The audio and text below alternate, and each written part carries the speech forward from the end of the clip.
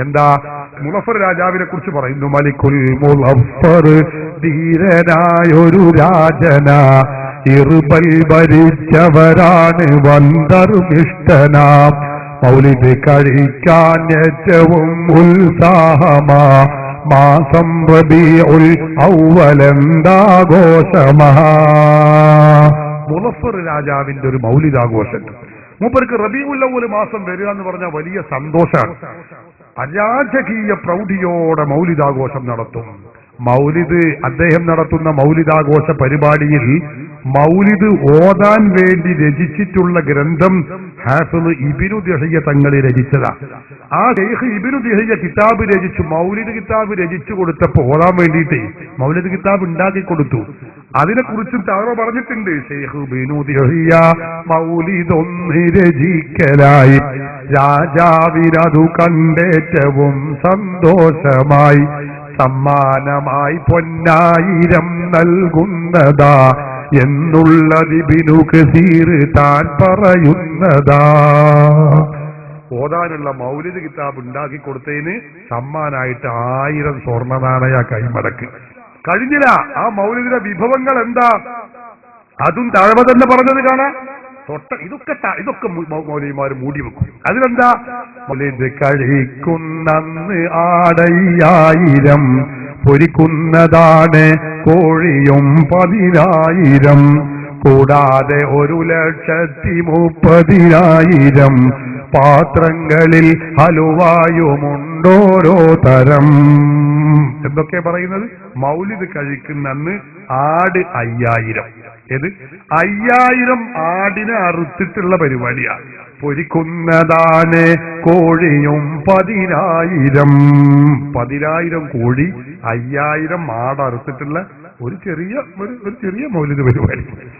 ഇതാ മുളഫർ രാജാവിന്റെ മൗലിദ് പരിപാടി. ഇത് ചരിത്രത്തിൽ സ്ഥാനം നേടൂലേ? 10000 കോഴിയും 5000 ആടും അറുത്ത് വിഭവ സമൃദ്ധമായ മൗലിദ്. കൂടാതെ 1,30,000 പാത്രങ്ങളിൽ ഹലുവായുമുണ്ടോരോ തരം. ഭക്ഷണം കഴിച്ചതിന് ശേഷം തിന്നാനുള്ളതാ സ്വീറ്റ്സ് അല്ലെങ്കിൽ ഫ്രൂട്ട്സ് അല്ലേ? അതൊക്കെ നമുക്കറിയാം. അത് 1,30,000 പാത്രങ്ങളിൽ നിരത്തി വെച്ചിട്ടുണ്ട്. അപ്പൊ നിങ്ങൾ ചിന്തിച്ചു നോക്കുകയാണെങ്കിൽ ഒരു പാത്രത്തിൽ നിന്ന് 5 ആളെ വെച്ച് കൂട്ടി നോക്കി. അപ്പൊ എത്ര ആളുണ്ടാവും? പോണ്ട, ഒരു പാത്രം ഒരാൾക്ക് വെക്ക്, എന്നാൽ എത്ര ആളുണ്ടാവും? 1,30,000 പാത്രങ്ങളിലാണ്. ചിന്തിച്ചു നോക്ക്. ഇത് മാത്രല്ല, ഇത് തഴവ മാത്രല്ല, എല്ലാ പണ്ഡിതന്മാരും രേഖപ്പെടുത്തി വെച്ചിട്ടുണ്ട്. ഹാഫിള് ഇബ്നു ഖല്ലിഖാൻ തന്റെ വഫയാത്തുൽ അയാൻ ബി അംബാഇ അബ്നാഇ സമാൻ, ഹാഫിള് ഇബ്നുൽ ഇമാദ് ശദറാത്തുൽ സഹബ് ഫി അഖ്ബാരി മൻ സഹബ്, ഹാഫിള് ജലാലുദ്ദീൻ സുയൂത്തി തന്റെ ഹുസ്നുൽ മഖ്സദ് ഫി അമലിൽ മൗലിദ്, ഹാഫിള് ഇബ്നു കസീറിന്റെ അൽ ബിദായ വന്നിഹായ, ഹാഫിള് സിബ്ത് ഇബ്നുൽ ജൗസിയുടെ മിർആത്തുൽ സമാൻ, എല്ലാ ഗ്രന്ഥങ്ങളിലും ഇത് കാണാൻ കഴിയും. അവരൊക്കെ രേഖപ്പെടുത്തി വെച്ചിട്ടുണ്ട്. ആരൊക്കെ മൗലിദ് പരിപാടിയിൽ പങ്കെടുക്കുന്നത് അതും കാണാം.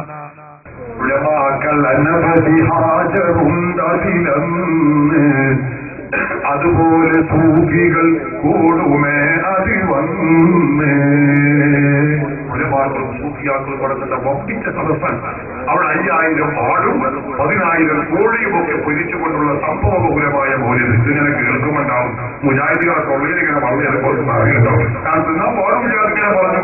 അപ്പോഴാ ഒരു കവി പറഞ്ഞ വരി ഓർമ്മ വരുന്നത്, പതുങ്ങി കൊണ്ടതാപികൾ എത്തുന്നതാണ് തിന്നുവാനാ കോഴികൾ ചാപ്പാട് വയറ് നിറക്കുവാനുതകുന്നതാ എന്നും പറഞ്ഞവയൊക്കെയും തട്ടുന്നതാ. മൗലിദാഘോഷത്തെ കുറിച്ച് മുജാഹിദിന്റെ നിലപാടാണത്. അതായത് മൗലിദാഘോഷത്തിൽ പങ്കെടുക്കാൻ പറ്റുമോ? പറ്റൂല. ആള് കാഫറ, ഓതിയ കാഫറ, ശിർക്ക, കുഫറ, അതിൽ അടുക്കാനേ പാടില്ല. അപ്പൊ ഉമ്മമാരുടെ ചോദ്യം, അല്ല ആ മൗലിദിന് ഉണ്ടാക്കിയ ചോറ് തിന്നാമോ?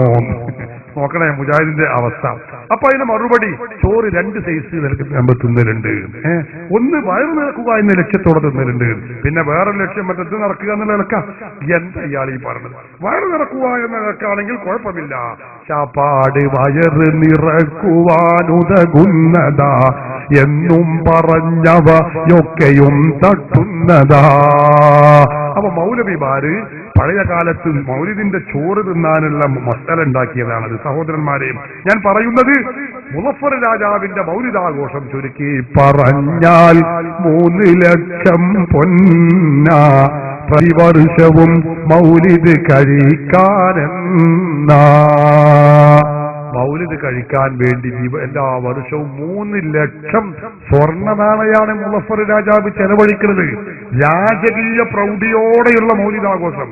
അതാണ് തഴവ പറഞ്ഞത്, അത് ഹിജ്റ 300 ശേഷം വന്നതാ.